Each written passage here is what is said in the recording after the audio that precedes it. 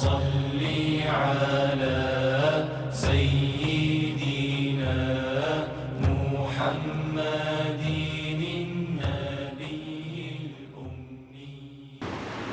بسم الله الرحمن الرحيم. السلام عليكم ورحمة الله وبركاته.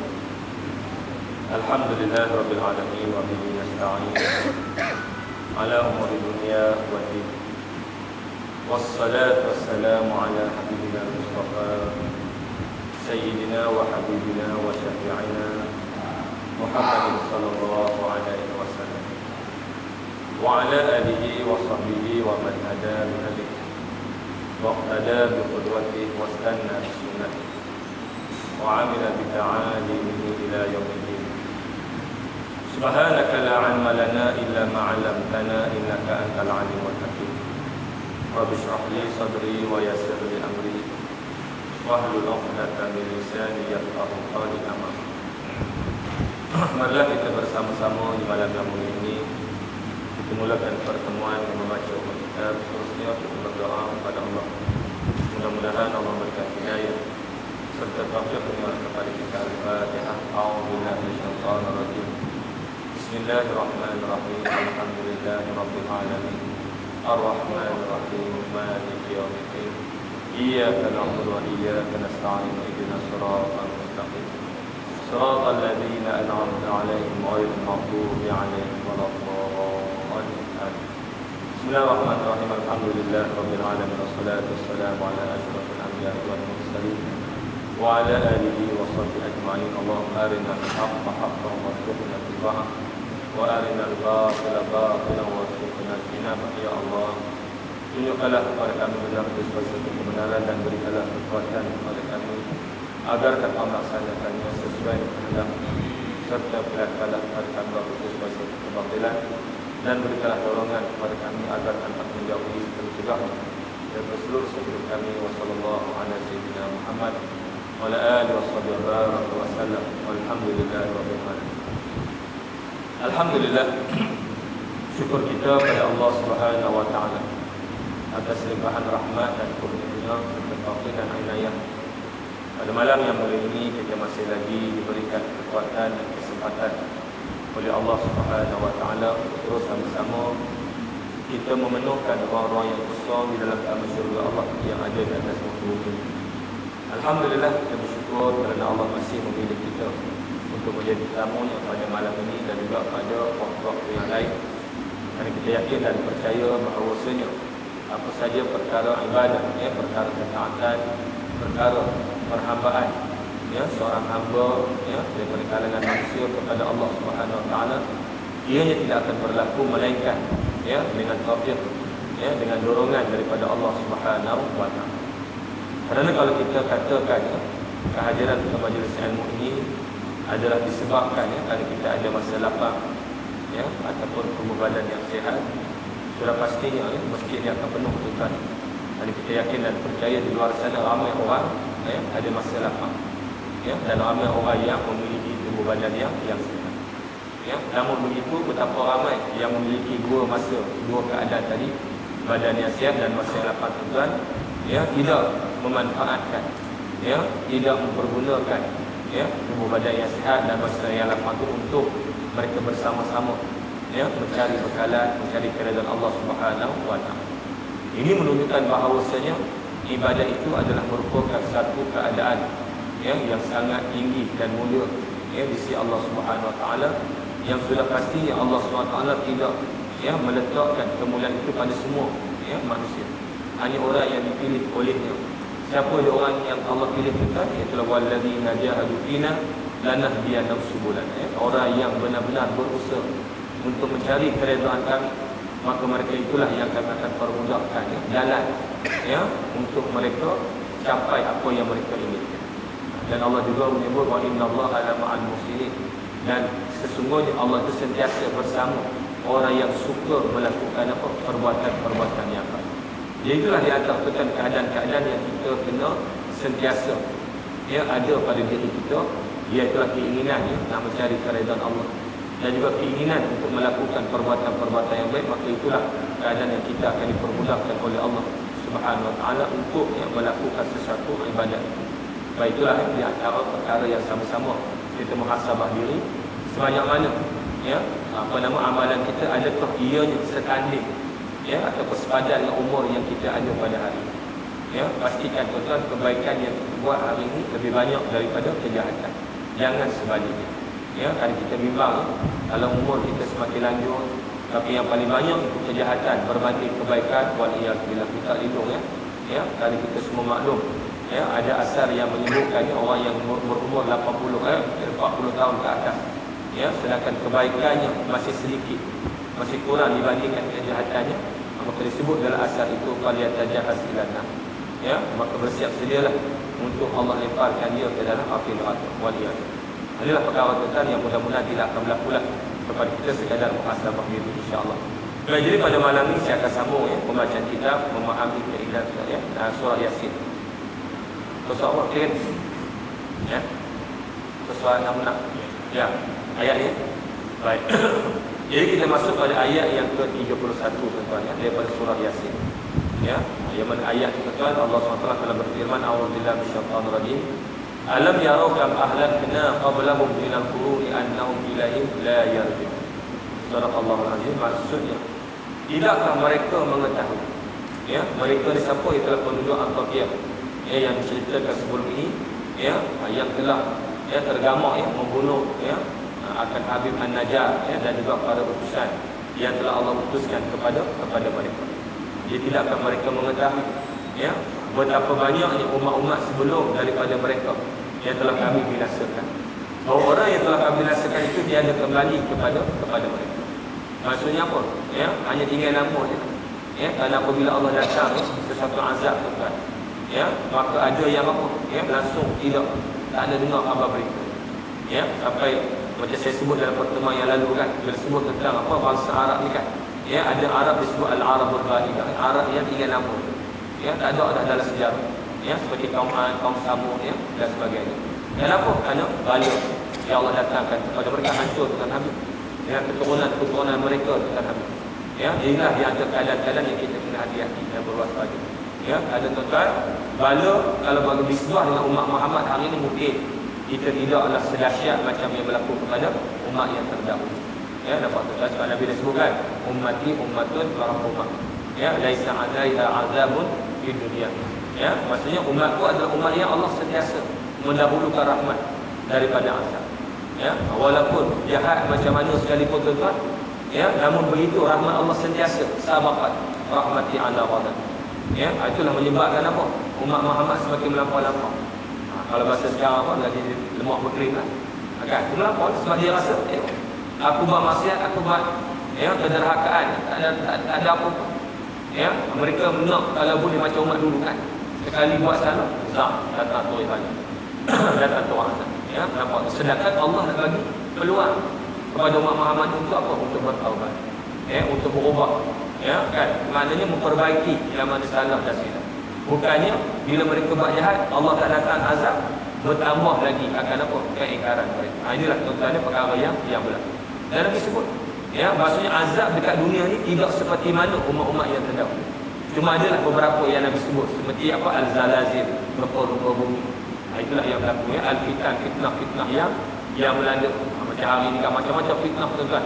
Yang berlaku dalam negara. Kan, daripada orang kata melibatkan orang awam sampailah kepada apa? Kepada kepimpinan dalam negara. Terkali dengan macam-macam fitnah. Maksud fitnah ni benda yang tak elok lah. Benda yang menyebabkan orang mencerita keburukan itu yang dikatakan fitnah. Nampak? Dan hati-hati, kalau fitnah itu disebabkan kita sendiri, tuan-tuan, kita yang akan menanggung dosa. Nampak? Tapi kalau orang buat fitnah kan kita tak terlibat lain, kita tidak berdosa. Orang yang buat fitnah itu yang apa? Yang berdosa. Kita kena ingat tuan-tuan, memang manusia tidak akan menanggung dosa orang lain, tetapi manusia akan menanggung dosa yang disebabkan oleh perbuatan. Macam yang disebutkan, yasubbu banu Adam, macam hadis tu. Allah SWT Muhammad yang Nabi menyatakan bahawasanya anak Adam tu mencela mak ayahnya. Nampak tu. Jadi sahabat heran, adakah mungkin seorang itu mencela memperkatakan benda tak elok kepada mak ayah? Ada siapa tu kan maki mak ayah sendiri? Tak ada. Biasanya kalau mak ayah kita akan pertahan. Kalau orang cerita benda tak elok pun kita akan cuba tutup. Nampak tuan ya? Sebab apa? Sayang kita kepada mak ayah. Ya, tapi Nabi kata ada keadaan seorang anak tu dianggap mencela, mengata mak ayah. Bila? Apabila dia mencela, ya subuh apa? Wair. Bila dia mencela mak ayah orang lain. Bila kita kata mak ayah orang lain, apa berlaku tu kan? Orang tu kata mak ayah kita. Nampak? Ya kan? Ya, ni kepala bapa, ni kepala bapa. Kan? Contohlah. Ya, nampak tu kan? Ya, bila sentuh pasal kan, pasal mak ayah tu jangan main. Ya, kan? Kita yang daripada kenal pun kita boleh jadi marah. Orang lain boleh sebut, mak ayah pun sama. Ya, jadi disebabkan kita kata mak ayah ni, dia kata mak ayah kita tu kan, kita dianggap macam apa? Kita mencela mak ayah kita. Sebab apa? Kita yang jadi penyebab. Menjadi penyebab orang cela mak ayah kita. Atau hati-hatilah tuan-tuan, jangan sekali-kali tu saya kata kita menjadi penyebab ya kepada apa? Celaan orang kepada kita. Ya, sebab kita sendiri yang memulakan. Ya, lainlah kalau orang yang cela kan, cela mak ayah kita tuan-tuan, yang paling baik kita janganlah balik-balik. Ya, itu yang terbaiknya. Ya kan, jangan sekali-kali balas kejahatan dengan apa? Dengan kejahatan. Ya, yang ada dalam perintah ya Allah dan Rasul, balas kebaikan dengan kebaikan. Manakala kejahatan itu kita jauhkan diri daripada itu. Ya, orang tu dia tak kan, dia akan balas juga kejahatan dengan kejahatan. Ya, macam dia tulis satu, dia balas balik dengan satu, tak boleh. Ya, Islam melarang menegur akan perkara. Dia tu kan Allah yang balas. Serah kepada Allah Subhanahu Wa Taala. Apa? Pembalasan Allah tu jauh lebih dahsyat. Sebab kalau kita balas pun tu kan, dia takkan berhenti tau. Dia takkan habis. Itu didatangkan dalam Islam hukum qisas, kan, hukum bunuh ini supaya tidak berlaku perbuatan balas membalas. Tidak tetapi sampai 7 keturunan tak habis. Macam tu tadi orang cerita Hindustan tak habis. Kan? Mula anak apa? Ayah kau ni bunuh ayah kau ni. Anak ni nak berhendam. Nampak juga. Dah anak kau ni balas tak habis, tak selesai. Nampak juga. Atau dalam Islam tak macam tu kan? Mana kita serahkan kepada apa? Ya, kepada pihak yang ada kuasa untuk menjatuhkan hukuman. Jadi kita tetap berlapak dada. Nampak? Kan? Kita berlapak dada. Ya, tapi kalau kita yang ambil ya apa nama tadi, pelaksana hukuman di tangan kita, takut pihak sana tak puas hati. Tak. So, yang menjatuhkan hukuman bukan kita, tetapi pihak yang apa? Pihak yang berkuasa. Nampak tadi yang kata keadilan Islam tu, ya Allah subhanahu fil qisas hayah. Kan? Pada qisas itu hukum kan, ya, balas bunuh tu kan ada kehidupan kepada yang lain. Sebab kalau tak buat qisas tu kan dia akan berlaku. Ya, tak selesai. Kawan ni bunuh kawan ni balas, kawan ni bunuh kawan ni balas. Ya, sampai sudah tu tak selesai. Okey, baik. Jadi ini antara tu kan keadaan-keadaan yang kita kena jaga. Berbalik kepada cerita tentang azab tadi. Ya, walaupun saya sebut tadi kan Nabi menyatakan umat ini umat yang apa? Penuh dengan kasih sayang Allah. Bukanlah bermakna ya kebaran kalian nak kena azab tu tak adalah ada sebab ya, sebab dalam satu hadis yang ada mungkin kita bisa dengarkan ya, asalnya hadis selalu saya baca yang Nabi SAW tidur di rumah salah seorang daripada isterinya yang bernama Zainab binti Jahsy radhiyallahu anha. Ya, yang Nabi bagi Nabi kata apa? La ilaha illallah wailun lil Arab kan. Ya, ada Tuhan yang layak ditaati disembah melainkan Allah, celaka orang Arab. Itu ungkapan pertama tu tak yang Nabi sebut. Ya, bila Nabi apa terkejut ya daripada apa? Daripada tidur. Ya, maka Nabi menceritakan kepada Zainab ya bahawasanya dia telah mendapat alamat ya, ataupun dia tahu perkabaran daripada Allah akan berlakulah kerosakan demi kerosakan kepada bangsa Arab. Sampailah apa keluarnya Ya'juj dan Ma'juj ni. Kan? Dia punya kemuncak dia. Ya, baik. Kemudian last kali tuan-tuan, Zainab binti Jahsy bertanya kepada Nabi SAW satu soalan. Ya Rasulullah, anahliku wa fina salihun. Ya Rasulullah, adakah kita? Ya, Zainab bertanya pada zaman itu, ya, pada zaman Nabi SAW. Bukan zaman kita ni, zaman itu. Adakah kita bangsa Arab ini boleh dibinasakan oleh Allah? Wa fina salihun, sedangkan kita ni orang yang soleh. Dalam zaman Nabi kan orang baik ramai. Orang yang soleh kan ramai. Ya. Adakah boleh dibinasakan oleh Allah sedangkan kita ni ramai orang yang baik-baik, ramai orang yang soleh yang taat kepada Allah? Nabi kata na'am. Nampak? Ya, bayangkan kalau tahu zaman Nabi, zaman sahabat yang ramai orang soleh pun boleh dibinasakan oleh Allah, jika pula zaman itu. Bila idza kathura al-khabath, kalau sekiranya tentang kejahatan ya, perkara mungkar tu terlalu banyak, kathur ya, berleluasa dah tuan. Ya, maknanya kebaikan tu nak disebah dengan kejahatan tu tak boleh tu. Pasal terlalu tinggi sangat, banyak sangat ya. Dia punya orang kata apa? Kuantiti kejahatan berbanding kebaikan. Masa tu tuan, masya-Allah. Ya, kita bimbang takut apa yang berlaku kepada kaum Nabi Lut. Ya, satu lagi kaum Nabi apa? Kaum Nabi Saleh. Ya, yang Allah kata wa innam atihim azabun ghairu mardud. Mereka telah menyebabkan turunnya azab. Ya, yang azab tetap tak ada siapa boleh apa? Boleh tolak. Allah. Inilah perkara-perkara yang kita nak kena hati-hati. Ya, sebab tu kalau kita tengok ya dalam hadis ya 40 peristiwa ya hadis akhir zaman. Ya, mungkin kita bisa tengok kan. Ya, yang kata Sayyidina Ali karamallahu wajah ada 15 perkara ya. Kan kalau Rasulullah SAW idza qala ummati 15 khaslah ada bihal bala. Baik, pergi pada terjemahan tu. Baik ya. Yang mana Nabi SAW bersabda apabila umatku membuat 15 perkara, maka bala Allah pasti turun kepada mereka. Nampak? Ini kita bimbang. Ya, kita takut tuan ni benda ni dah jadi berleluasa. Ya, nampak? Ya, kan? Dan kalau kita tengok tuan takut apa yang Nabi sebut ada. Ya, cuma kerana mungkin terdapat di kalangan kita ni orang yang apa? Yang beristighfar kepada Allah, maka tertahan azab Allah. Sudah saya sebutkan. Ya, Allah telah berfirman dalam surah Al-Anfal, "Wa ma kana Allahu liyu'adzibahum wa anta fihim. Wa ma kana Allahu mu'adzibahum wa hum yastaghfirun." Tuan-tuan, itulah dua perkara yang menjadi penghalang kepada azab Allah setakat ini. Apa dia? Yang pertama, Allah tidak akan mengazab sesatu umat, khususnya umat Muhammad ini selagi ke mana engkau ada wahai Muhammad. Nampak? Jadi anta fihim itu kan ada dua maksud. Yang pertama, keberadaan Nabi secara fizikal, ataupun yang kedua walaupun Nabi tak ada, tapi sunnah Nabi itu masih hidup. Ya, maknanya kalau kita hidup dalam kelompok yang sunnah Nabi dihidupkan walaupun Nabi dah tak ada, insya-Allah. Nampak? Sebab insya-Allah kalau sunnah Nabi dihidupkan tuan, sudah pastinya kemungkaran tidak akan berleluasa. Nampak? Ya, kan? Sebab kemungkaran dengan sunnah dua perkara yang bercanggah.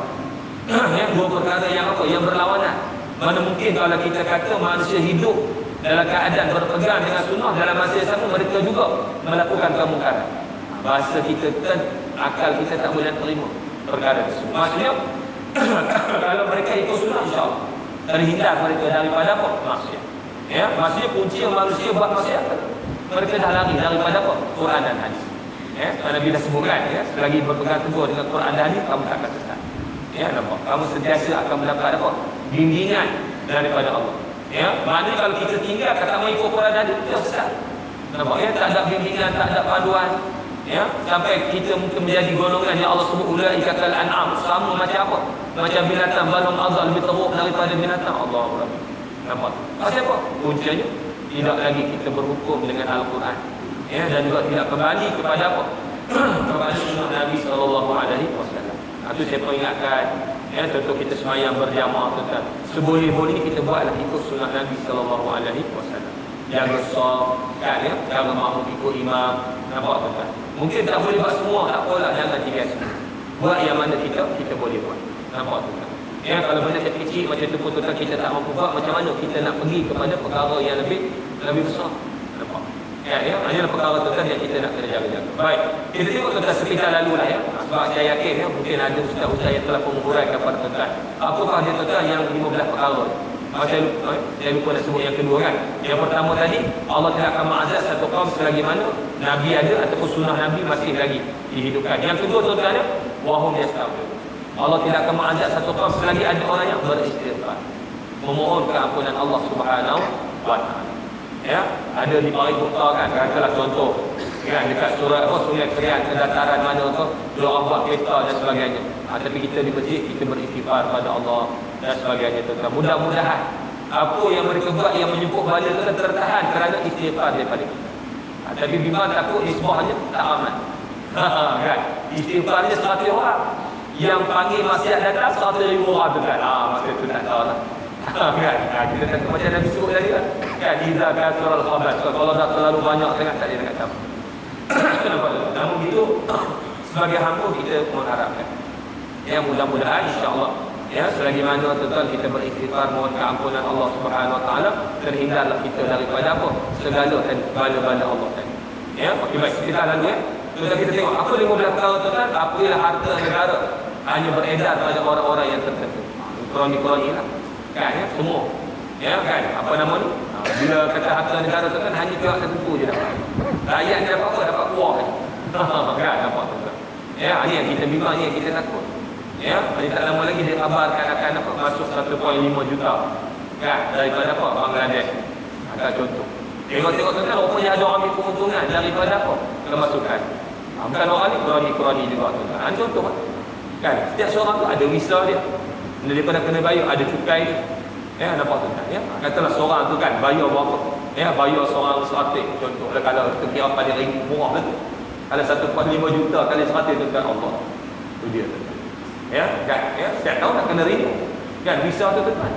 Ya, ini contoh. Jadi kita bimbang tu lah. Ya, apa yang Nabi sebut berlaku. Ya, kan? Ya, kekayaan negara kan. Ya, GST bulan pertama diumumlah berapa untung, bulan kedua ketiga sampai lah tak umum dah. Kita pun tak tahu. Kan berapa bilion dah kan. Ya, yang kerajaan dah dapat daripada apa? Kutipan GST. Nampak? Ya, inilah perkara yang kita kena, orang kata apa, kena pekalah benda macam ni.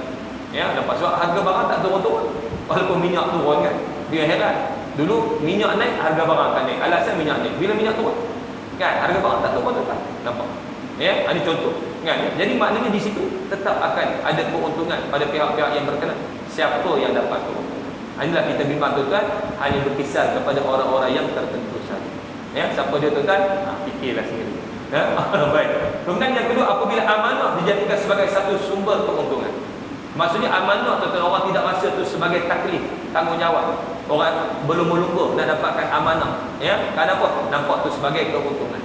Ya, berebut nak jawatan kan, ya, nak yang berhormat, ya, tak kira lah nak ketua kampung, ya, kan ada yang pengurusi masjid pun orang berebut juga tuan. Tak tahulah, pengurusi masjid pun ada elau juga, wallahu a'lam. Kan contohlah. Dia nampak tu sebagai apa? Keuntungan. Ada masyhur orang kata. Ya, Allahu Akbar. Sedangkan tuan, setiap perkara yang menjadi amanah tuan Allah akan persoalkan. Ya, sebab ada sahabat Nabi tak bagi. Ya, memikul amanah. Kenapa?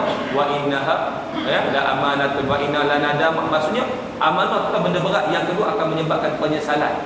Kalau orang yang memikul amanah itu tidak mampu menjalankan amanah itu dengan apa? Dengan baik. Hati-hati. Sebab kalau kita tak mampu, tolak awal. Ya, nampak ya? Jangan nampak. Sudah tadi kan memanglah glamour. Kan ya? Katalah kita ambil belakang semua jawatan. Ya, pengurusi masjid pun kita, pengurusi PIBG pun kita, habis. Semua kita sapu, ketua kampung pun kita, katalah kan. Ya, habis segala jawatan semua. Kita kena ingat setiap itu Allah akan soal. Nampak ya? Kullukum mas'ulun an ra'iyati. Apa saja amanah tuan, Allah akan apa? Persoalan. Sebab orang di antara ya manusia yang tuan ya, yang selamat ataupun yang ringan, yang kurang dia punya amanah. Nampak? Macam kita berkahwin, amanah kita dengan anak isteri. Nampak? Ya, isteri amanah dia dengan apa? Dengan suami. Ya, dan juga apa yang menjadi apa amanah kepada suami yang ditinggalkan kepada dia. Nampak tu? Ya, jadi orang yang utuh siapa? Orang yang bujang, yang tak ada mak ayah, kan, yang jadi hidup seorang-seorang. Mungkin kurang sikit. Kan, tapi amanah dengan masyarakat tetap ada. Nampak tu? Maknanya pendek kata nak cari hidup dalam dunia dalam keadaan tidak ada amanah itu tak payah. Sebab itulah di antara sebab kenapa Allah cipta manusia. Selain menjadi khalifatan fil ard, apa dia yang kedua? Itulah memikul amanah. Nampak, inna aradna al-amanata 'ala as-samawati wal ardi wal jibal fa abaina an yahmilnaha wa ashfaqna minha wa hamalaha al-insan. Ya, nampak tak? Ya, ketika kami mengemukakan amanah, ya, tanggungjawab, ya, kan, apa nama, kepada langit bumi dan kepada bukit bukit, fa abaina an yahmilnaha, semua tak mau memikul. Bayangkan, ada beratnya tanggungjawab. Ya, nampak tak? Tapi manusia berani pikul. Manusia yang mana? Yang bersifat dua, zaluman, jahulah. Ya, nampak tu? Kerana yang tidak berasaskan kepada agama. Dia nampak amanah tadi satu keuntungan. Tapi kalau orang yang tuan yang berfikir panjang, ya, yang apa saja perbuatan berasaskan agama dia akan fikir. Ya, kan ada benda yang Allah minta maaf lah, tak sanggup. Ya, kenapa? Tanggungjawabnya sangat apa? Sangat berat. Baik. Bukanlah mana amanah itu tuan. Ya, kita kena lari dah tuan. Dia begini, amanah ni satu je. Jangan kita cari. Ya, jangan kita pikul banyak-banyak. Ya, tapi kalau kita diberi tuan-tuan, maka insya-Allah kita akan dibantu, kita akan ditolong. Ya, dalam apa? Memikul amanah tersebut. Itu benda yang kita kena faham. Kecuali lah kalau amanah tuan-tuan kita mampu memikul dia. Contoh macam dalam bab menjadi imam kepada solat. Ya, kan macam tadi tuan-tuan ya. Kalau sekiranya saya yakin saya tak mampu nak membawa solat tuan-tuan dengan baik, saya takkan naik. Nampak tuan-tuan? Katalah saya pada masalah apa, contoh sul-sul bau kecil tak lawas. Atau masalah apa, was-was, takbir Allah kan, itu sebenarnya tidak afdal ya untuk saya menjadi imam. Tapi kalau kerana saya tak ada penyakit macam tu dan saya yakin saya mampu boleh bawa amanah menjadi imam tuan. Itu yang saya ke depan. Kalau tidak tuan jangan cari pasal. Ya, kalau solat kita tak sempurna, tiba-tiba kita nak tangguh solat orang di belakang kita, Allahu Rabbi. Jaga baik ya, ada keadaan imam kena tangguh Fatihah makmum. Ya, bila makmum itu masbuk. Nampak tuan. Tapi dengan syarat dia punya Fatihah kena betul. Kan? Kalau Fatihah dia tak betul tuan, nak tangguh Fatihah makmum yang masbuk macam mana? Ya, ada perkara yang kita kena faham. Sebab tuan benda ni bukan benda yang seronok. Kan semua orang berebut kan, ya, nak jadi imam, nampak gok dan sebagainya. Sedangkan itu adalah sebab saya selagi ada imam ratib, saya akan tolak imam ratib. Tapi tanda dia berkata imam ratib pun tak ada seorang pun tak apalah. Ya, nampak tuan. Ya, baik. Itu di antara ya perkara yang kita kena faham. Baik. Kemudian yang ketiga, zakat dijadikan sebagai hutang. Pelik kan? Lepas tu zakat ni adalah sumbangan lah, pemberian kepada fakir miskin, ya, kepada orang yang memerlukan. Nampak tuan. Ya, saya tak nak sebutlah ada sebuah negeri ya, masa belajar di Mesir tuan-tuan ya. Yang mana pelajar-pelajar negeri tuan-tuan dapat zakat tapi kena bayar wajib. Pelik tak? Kan? Kalau Perak tak ada masalah.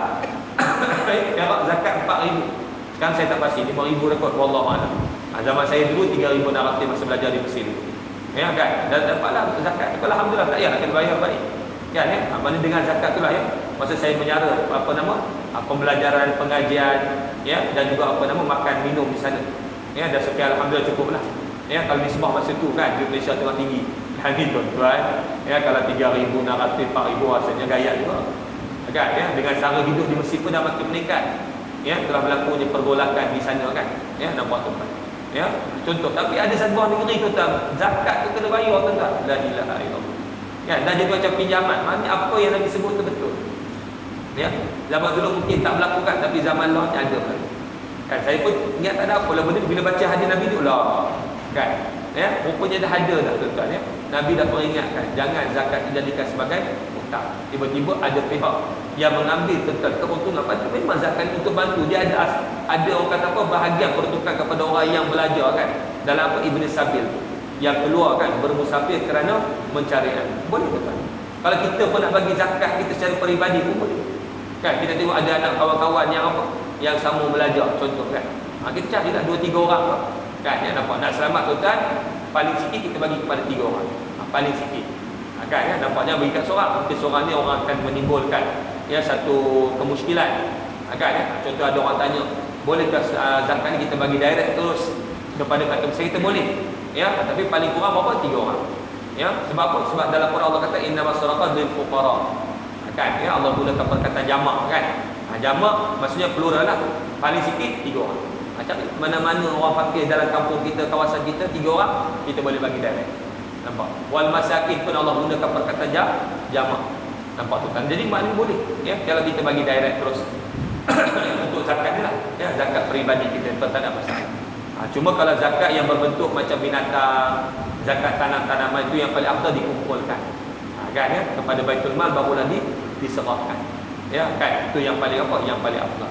Okey baik. Itu di antara tuan yang ketiga. Yang keempat, ya, yang menyebabkan turunnya bala Allah, suami memperturutkan kehendak isteri. Tapi kehendak yang mana tuan? Yang maksiat. Ya, tak salah suami kalau ikut kehendak isteri selagi mana benda yang baik. Nampak tuan? Ya, kan sebab isteri yang beriman dia tak akan menyuruh suami dia buat benda yang bukan-bukan. Ya, nampak tuan ya? Ini mungkinlah dia suruh sampai ke tahap suami tadi membelakangkan akan apa? Akan ibu dia. Ya, suami tadi menyebabkan apa? Ya, lelaki dia tu sampai tahap tidak mempedulikan lagi. Kan ya, ahli keluarga dia tu yang tak boleh. Ya, atau dia mendorong suami dia sampai buat benda-benda yang haram. Kan ya, contoh isteri nak hidup mewah contohlah. Suami gaji kecil maka dia mendorong suami apa? Ambil rasuah dan sebagainya. Ya, atau buat benda bukan-bukan. Itu tuan-tuan yang dimasukkan di sini. Ya, aja pula tuan-tuan tengok nampak si suami itu kena sidai kain. Tu contoh tu. Jangan tuan. Ya, sebab dalam masalah suami tolong isteri ya di rumah tuan-tuan itu ya kita tak boleh kata ya suami itu menurut kehendak isteri. Mungkin itu suami membantu akan apa? Akan isteri. Sebab kalau kita tengok di atas sunnah Nabi sallallahu alaihi wasallam ataupun akhlak Nabi membantu ahli keluarganya dalam apa? Kerja rumah.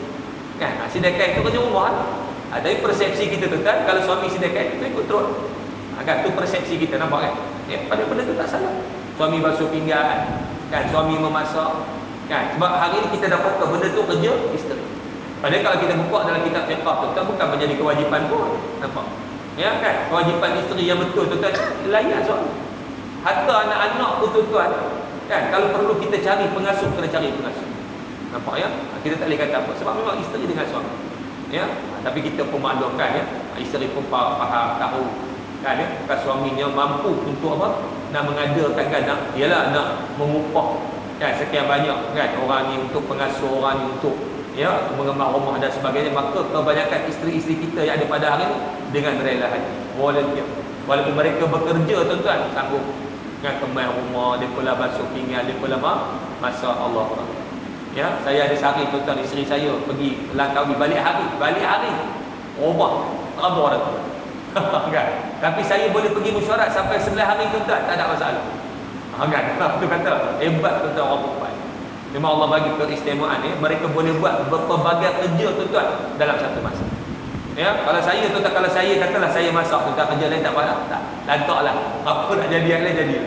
Kan, nampak ya? Itu saya lah, tak tahu, saya tak tahu tuan-tuan ni mungkin lebih hebat kan ya. Kan maksudnya boleh buat 2-3 kerja dalam satu masa, wallahu a'lam.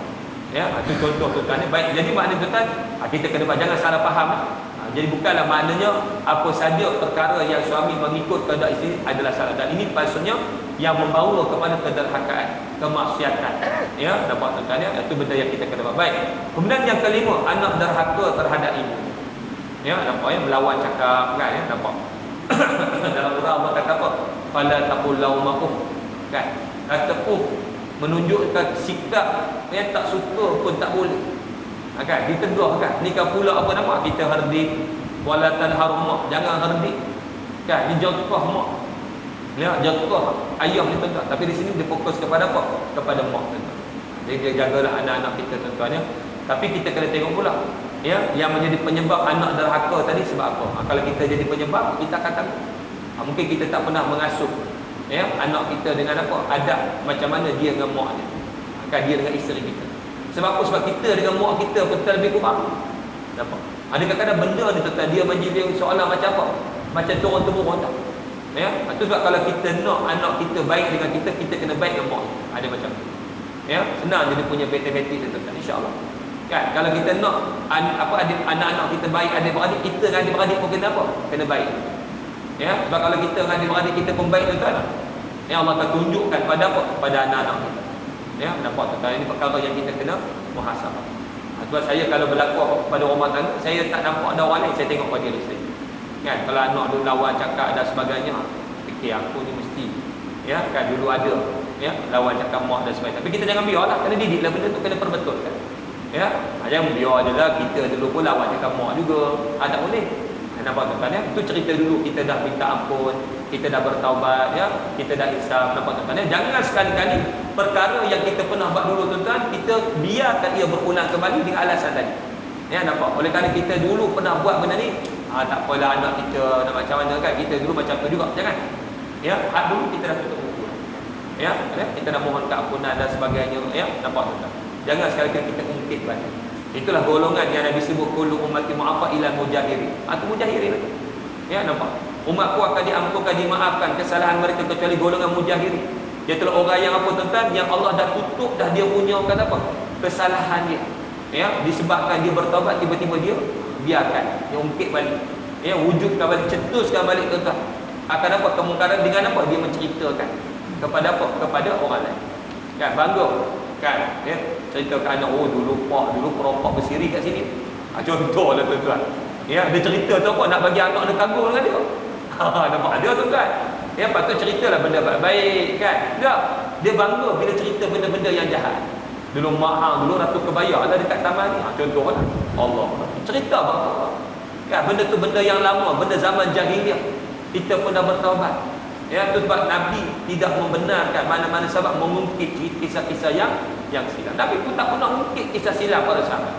Nampak? Pernah tak tuan dengar Nabi mengungkit kisah silam Sayyidina Umar? Tak.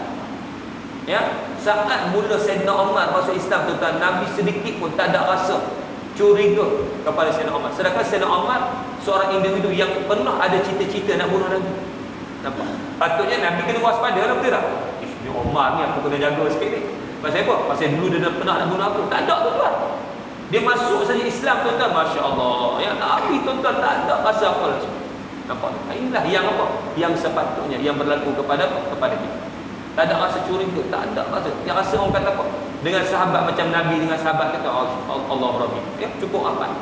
Ya, cukup dekat tuan-tuan. Ya, kan atas apa? Atas kepercayaan ya, atas dasar iman Islam dan sebagainya. Begitulah kita tuan-tuan. Ya, kan mana tu saya sebut tadi, jangan disebabkan kita tadi maka tersebarlah perkara-perkara yang mungkar, dan jangan pula kita pula yang membongkarkan kemungkaran kita sendiri kepada orang lain dengan kita menceritakannya. Tapi kalau kita cerita atas dasar memberi kesedaran lain, contoh kita dipanggil ceramah kan, ya, kepada budak-budak nakal contohlah kan, ya, kepada orang-orang jahat dan sebagainya. Jadi perlu juga kita create kisah kan, untuk kita nak beri kesedaran. Contoh seorang penagih dadah yang dah insaf, mesti dah akan cerita pengalaman dia. Nampak ya, bukan tujuan dia nak bangga tak, tapi tujuan supaya apa? Nak memberi keinsapan kepada orang lain. Maka itu tidak menjadi kesalahan. Nampak tuan-tuan ya? Yang tak boleh saya kata ni berbangga kan, ya aku dulu bak dadah, sorry lah, hero lah. Kan? Nampak tu tak boleh. Cara cerita tu nak bangga tu tak boleh. Ya, tapi kalau kita cerita dengan tujuan ya penyesalan dan nak mengajak orang lain menyesali ya akan perbuatan jahat yang sebelum ini, maka itu tidak menjadi kesalahan. Baik. Yang kelima tu kan, jadi kita berhati-hatilah ya, kederhakaan seorang anak kepada ibunya. Baik, yang keenam, sedangkan ia berbuat baik dengan kawannya. Itu punca lah. Ya, antara punca sebab tuan-tuan kenapa anak-anak berani lawan ya mak ni, pasal apa? Sebab dia rapat sangat dengan kawan. Ya, inilah tuan-tuan, kalau kita tidak ambil peduli ya anak kita berkawan dengan siapa, apa kena ambil tahu. Nampak ya? Sebab kadang-kadang tuan-tuan, faktor kawan tu dia mempengaruhi akan apa? Akan jiwa anak-anak. Ya, sampai menyebabkan apa? Ya, kan dia lebih suka kan. Kalau hari ni contoh kan, kebanyakan yang saya sembang lah ya dengan kawan-kawan kan. Ya, bila tengok kan anak ramai tengok jalan 2-3 orang. Pasal apa anak tak mau jalan kan sekali? Pasal apa? Pasal anak lebih selesa jalan dengan kawan-kawan daripada jalan dengan mak dan ayah. Nampak tak? Inilah perkara yang saya risau.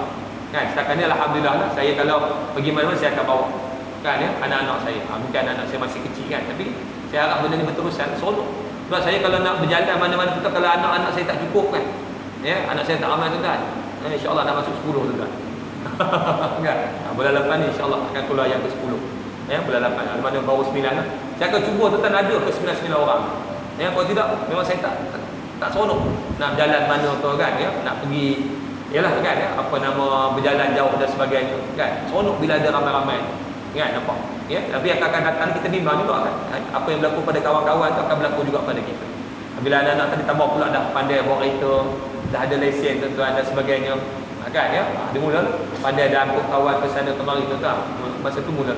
Jadi kalau kita tak cegah daripada awal dengan siapa mereka berkawan, tak ambil tahu tuan-tuan, Allah. Dia mula ya, kita takut ya, mana budaya-budaya yang tak elok, yang negatif ni mula menjalan masuk. Ya, tambah kalau yang perempuan lah lagi kita kena risau. Kan, sebelum ni elok pakai tudung lambu dan sebagainya, tiba-tiba kan, tudung dah makin singkat, dah makin ikut apa trend kan. Ya, nampak. Ikut fashion dan sebagainya. Itu kena hati-hati tuan-tuan. Nampak. Jadi kena pekalah dari semasa ke semasa. Kemudian yang berikutnya, dan ia suka menjauhkan diri daripada ayahnya. Dia tiga ni tuan-tuan, dia kadang dia berjalan serentak. Kan, anak lawan cakap mak, kan rapat dengan kawan, automatik dengan ayah jadi renggang. Ya, itu berlaku tu kan, rasa kita pun sama. Kan, nampak tak? Macam anak saya pun tak tahu kan. Ya, macam kalau ada dia pun ada masalah, dia bukan cerita kat saya. Semua cerita dekat mak dia pun, isteri saya lah. Nampak? Tapi saya mau lah, abah tu ada bagi tahu lah kat abah. Kan, macam anak saya tadi, hak nombor 4, dia ada kelas tambahan, dia tak cerita. Saya pun tak tahu kata dia ada kelas tambahan petang ni. Kan? Ya, kan? Lalu isteri saya beritahu lah, panggil Kak Da, nama dia Nur Hayati kan. Saya panggil Kak Da ikut pangkat kan. Ada kelas tamat. Lah, kenapa tak cakap? Kan? Adik saya ada dekat situ. Kan, dia cuma cakap kat mak ni. Ni kita risau tu. Ya, takut anak ni tuan dengan kita sebagai ayah makin renggang. Ya, sebab kena fikirlah macam mana cara kan kita nak mengeratkan, merapatkan ya hubungan ya antara ayah dengan anak. Sebab kena ingat ya, peringkat umur anak ada sampai tahap tuan-tuan peringkat berkawan. Ya, sebagaimana yang mungkin tuan bisa dengar kan, satu asal yang adik la'ib waladaka sab'an kan. Ya, wa adib waladaka sab'an ya, wa sahib sab'an. Ya, nampak tuan kan, yang mana dalam satu ada kata tu hadis Nabi. Tapi oleh kerana saya tidak menjumpai dia punya orang kata asal yang kata hadis, saya kata dia asal. Kan, tak berani kata hadis. Tapi benda ni cantiklah, baiklah. Kan, ya? Sebab dalam asal tu mengatakan 1 sampai 7 7 tahun kan, anak kita daripada kecil sampai umur 7 tahun tuan-tuan, masa bermain. Nampak tuan-tuan nak dukung, nak pokong ke, nak lawan, merambat ke apa tuan-tuan, tu tempoh dia. Nampak? Maksud jangan kejar sangatlah. Ya, nampak tuan-tuan. Ya, jangan kejar sangatlah dia suruh mereka belajar sangat apa semua kan. Sebab itu tempoh mereka bermain. Nampak tuan-tuan ya? Baik. Bila masuk saja umur 7 tahun, apa yang Nabi sebutkan, boleh suruh semayang. Nampak? Mula dah. Ya, tutup aurat. Ya, 7 tahun sampai 14 tahun. Ya, wa adiku sab'an. 7 sampai 14 tempoh masa pendidikan. Masa itulah nak ajar mereka akhlak yang mulia, nampak? Ya, jangan mulut tu cakap benda ke saya, anak saya kalau cakap kurang, tak, saya jentik di mulut. Nampak tuan-tuan ya? Sebab apa? Sebab kita nak didik kan. Jangan cakap benda yang tak elok. Kan? Kadang datang budak-budak ni kan datang kan, tiba-tiba je boleh mengeluarkan kata-kata yang tak elok. Kan? Ya, sama-sama adik-beradik. Saya tanya, siapa ajar?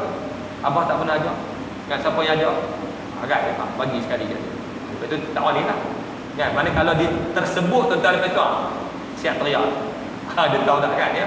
Dia akan terima hukuman tu. Bukan apa kita nak didik. Sampai tuan-tuan bila dah besar, terjaga mulut. Kan, jangan sebut benda-benda yang apa yang tak elok. Ya, mencarut, makan hamun dan sebagainya, nampak. Ya, tu peringkat tu 7 sampai 14. Nampak tuan-tuan. Baik. Bila anak kita telah dah 14 sampai apa? Sampai 21, 7 tahun, itu masa kita wasahib. Berkawan dengan mereka. Nampak ya? Ambil tahu kan apa cerita. Atau kalau anak saya hak nombor sulung tingkatan 5 kan, nombor 2 tingkatan 4 ya, bila balik kata dia bercerita lah, kita kena dengar. Jadi yang kata apa? Pendengar yang baik. Maka bagi respon. Ni anak kan cerita, kita duduk tengok TV kan ya, tak bagi respon. Tu menyebabkan anak jadi renggang. Tu saya risau tu. Punca anak renggang dengan mak ayah pasti kita sendiri. Kan, kita tak mempedulikan sampai anak pun jadi fed up.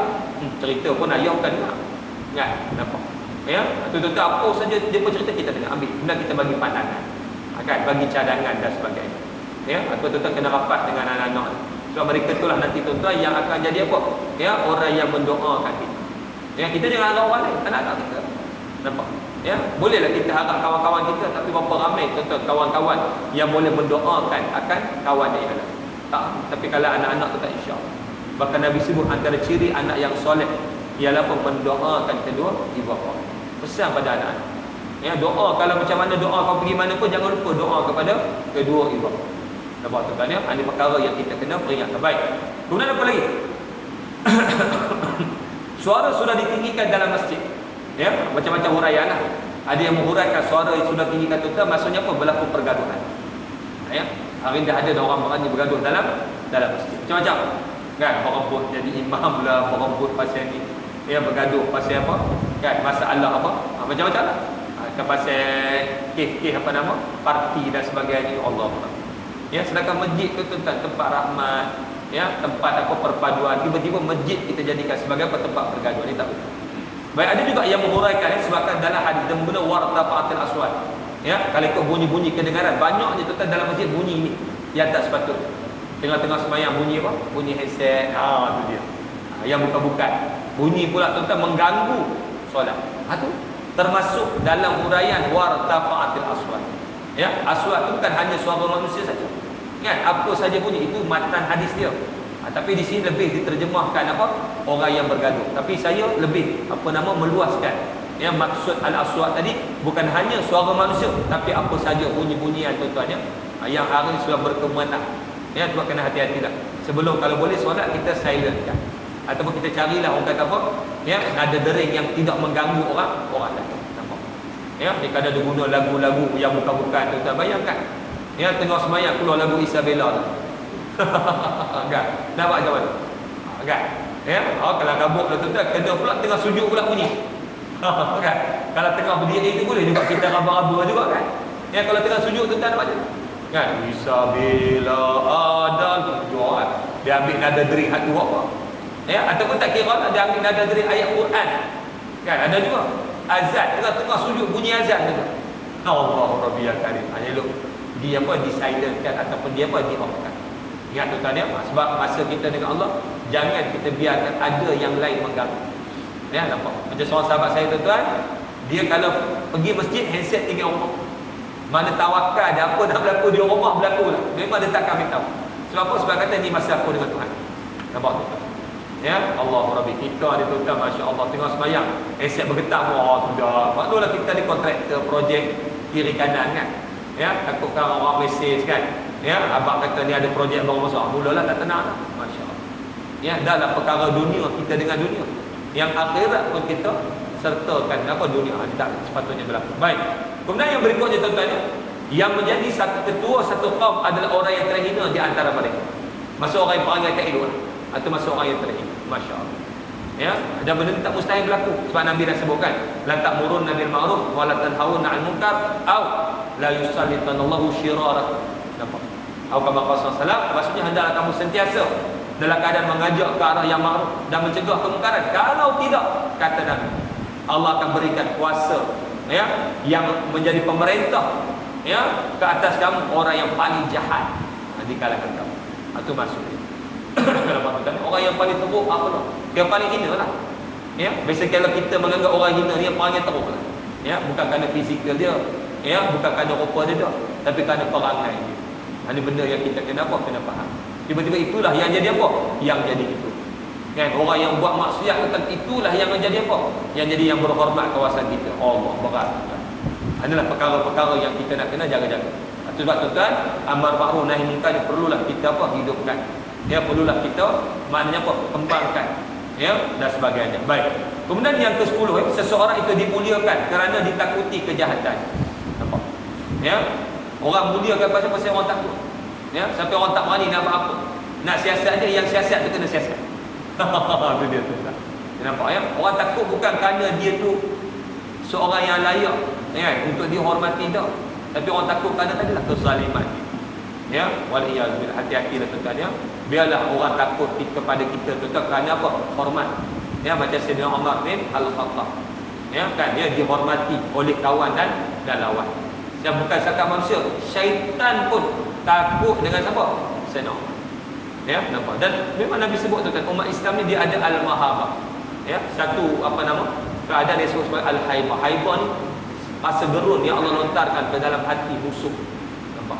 Sebab kalau dulu kan, zaman dulu kalau ya berlaku pertempuran ya, pertembungan antara Islam dengan orang yang apa? Menentang Islam tu kan. Allah lontarkan rasa takut ke dalam hati orang yang apa? Menentang Islam. Nampak? Ya, nak perang tu rasa takut. Kerana apa? Kekuatan iman, takwa yang ada pada apa? Tentera-tentera Islam.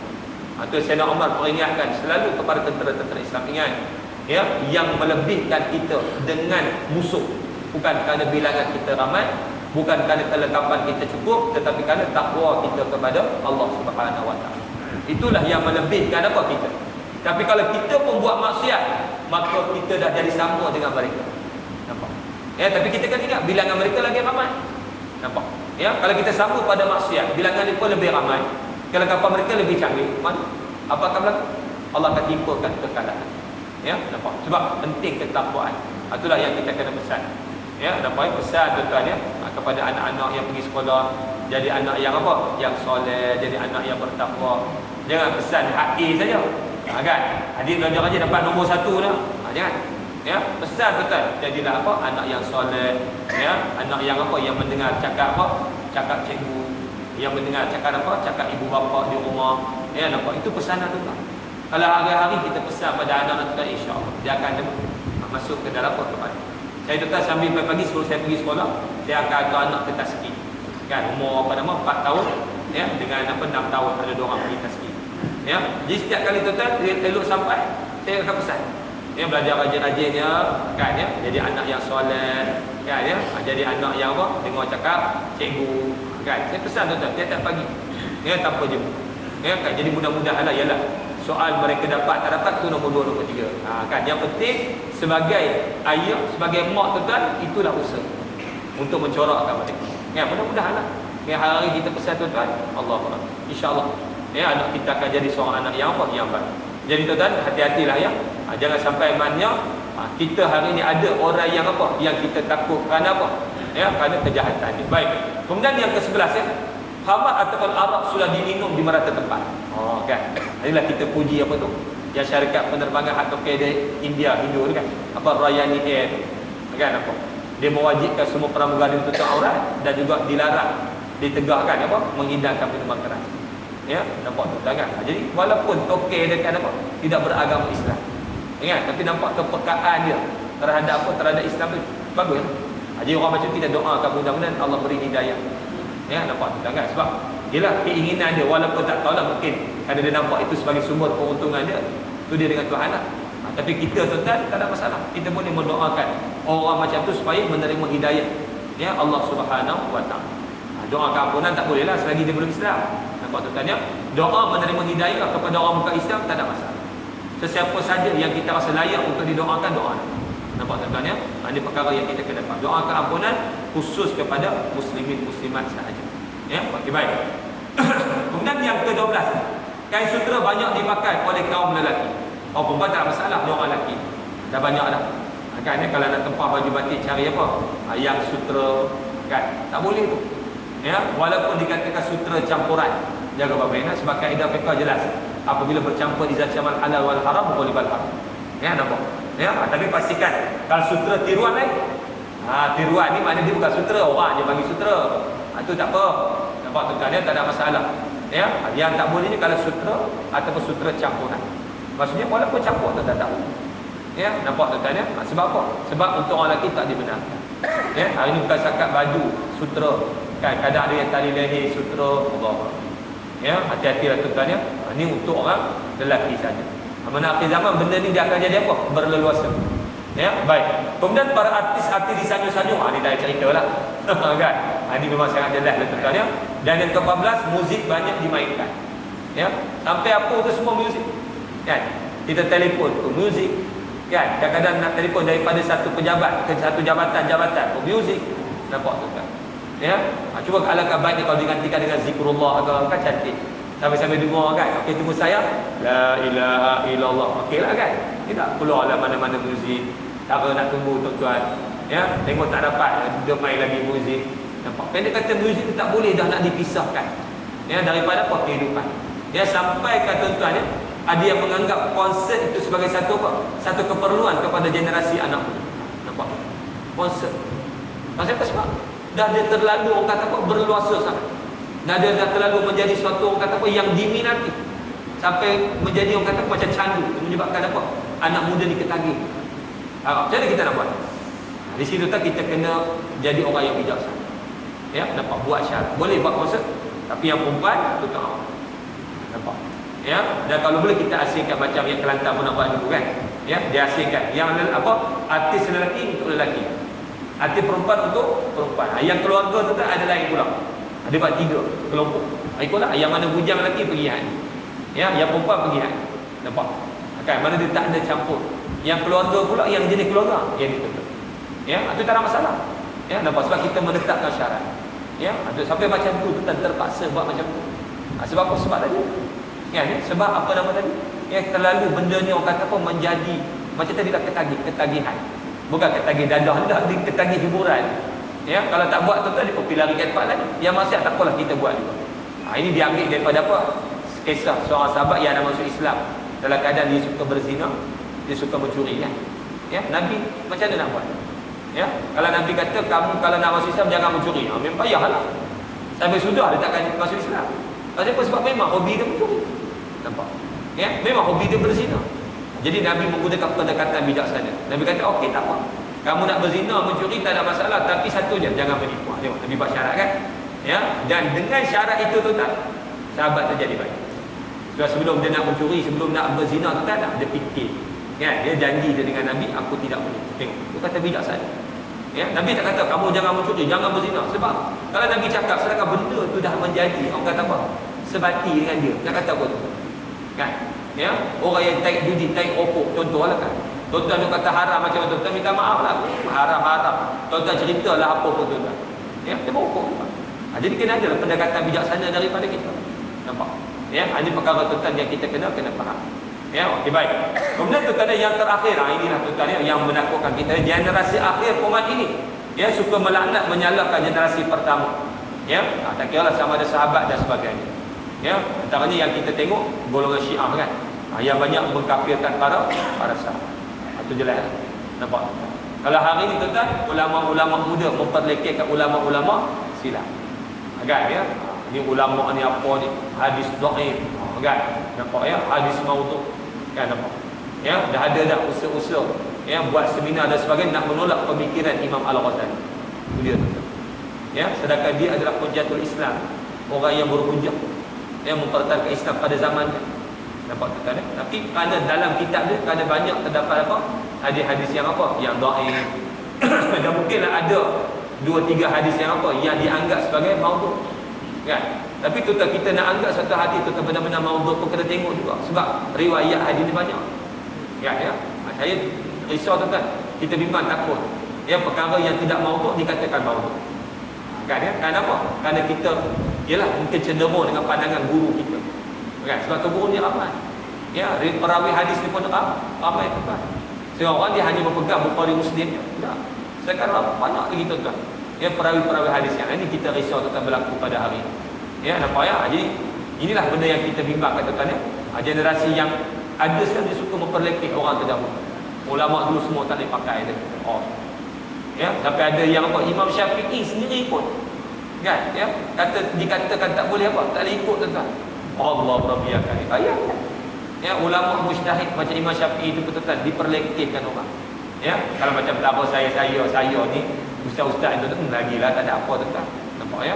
Inilah perkara tuan yang kita bimbang.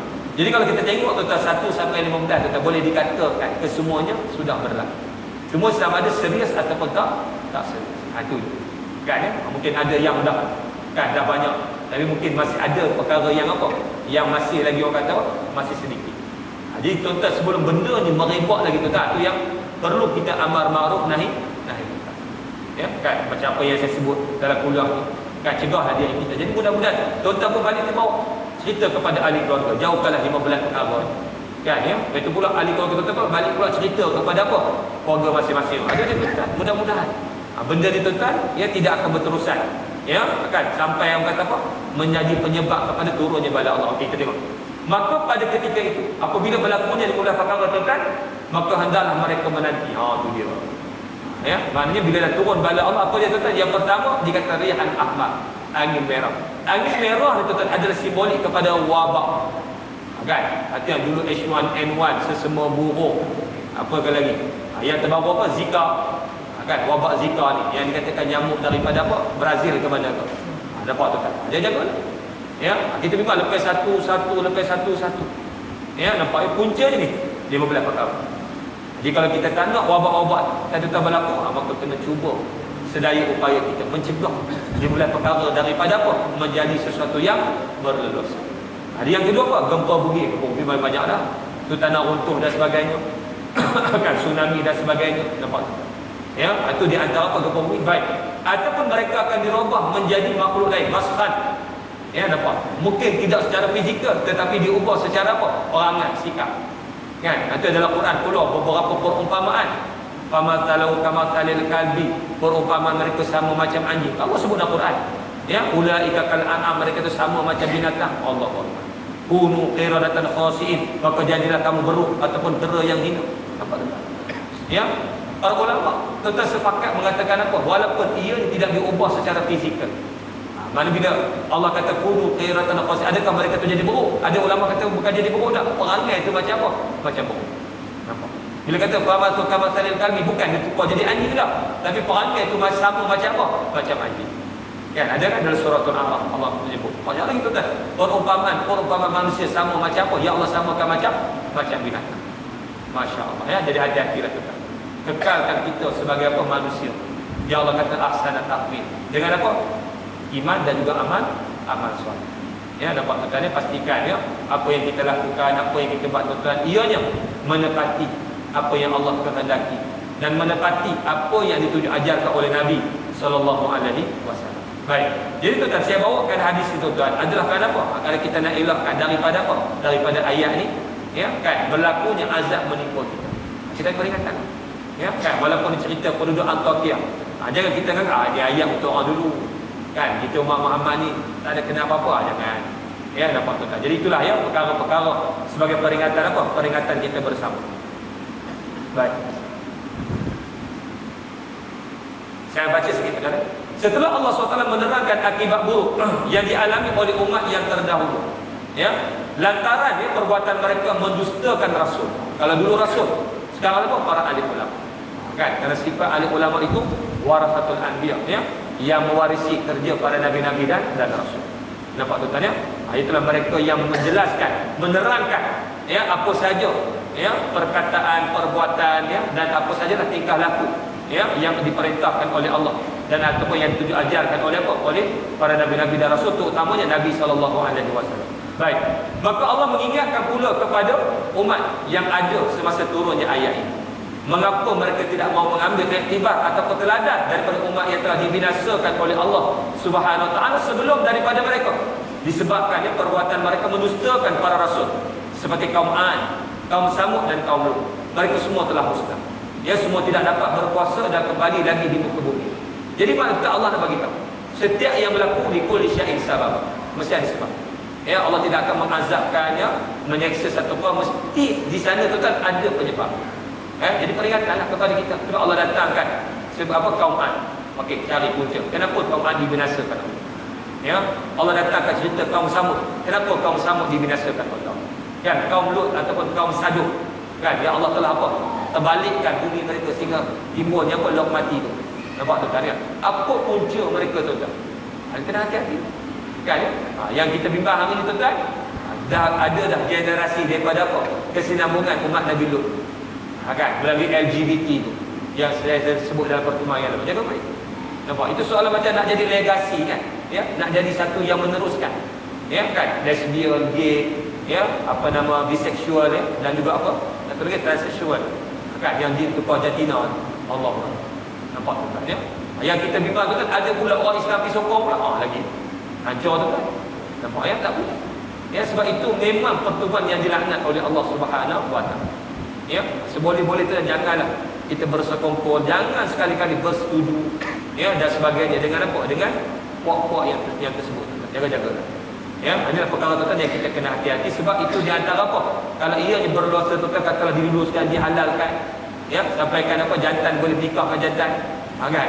Betina boleh nikah betina tu macam berlaku dekat apa? Belanda dan sebagainya. Waliyah. Kita bimbang tu takut Malaysia ni nak habis. Tak tahu laut apa pula yang wujud, tak tahu pula. Kan? Wallahu a'lam. Inilah perkara tuan yang kita kena hati-hati. Itu sebab tuan, kita bila belajar tentang apa? Tentang kisah para nabi-nabi dan rasul. Jangan hanya kita ambil di sudut yang positif, itulah cerita nabi dan rasul. Kena ambil siapa yang memusuhi mereka. Siapa yang menjadi apa? Lawan kepada nabi-nabi dan rasul. Sebab kita bimbang. Sikap yang melawani ataupun yang bercanggah dengan apa yang dibawa Nabi Rasul ada pada kita, ada pada masyarakat kita, yang kita kena cegah daripada ianya berterusan ataupun berleluasa tuan sehingga menyebabkan apa? Turunnya bala Allah Subhanahu Wa Taala. Inilah perkara tuan yang kita kena faham. Baik, menurut Profesor Tamkan kita sambung bulan depan. Hadis yang pertama saya terpaksa tarik ambil hadis dari tuan untuk sama-samalah kita berkongsi supaya kita dapat sama-sama teringatkan antara satu sama lain. Jangan kita biarkan perkara tadi berterusan. Kan? Nampak Jadi maknanya ada yang berkaitan dengan keluarga, ada yang berkaitan dengan masyarakat dan ada yang berkaitan dengan kepimpinan. Maknanya ceritanya kita kena peka tuan-tuan. Dengan apa? Dengan semua keadaan. Dengan pemimpin kena peka, dengan masyarakat kita kena peka, dengan ahli keluarga kena peka. Atau dengan diri sendiri pun kita kena peka tuan-tuan. Jangan ada satu pun yang kita biarkan tidak dibentuk mengikut apa? Acuan agama, acuan Islam, acuan Al-Quran dan juga sunnah Nabi SAW. InsyaAllah pada bulan depan saya akan sambung ni lah apa menurut Profesor Tahafkar tentang huraian ayat yang disebutkan tadi lah. Wallahu a'lam. Biar ada soalan tak tanya? Ada tak?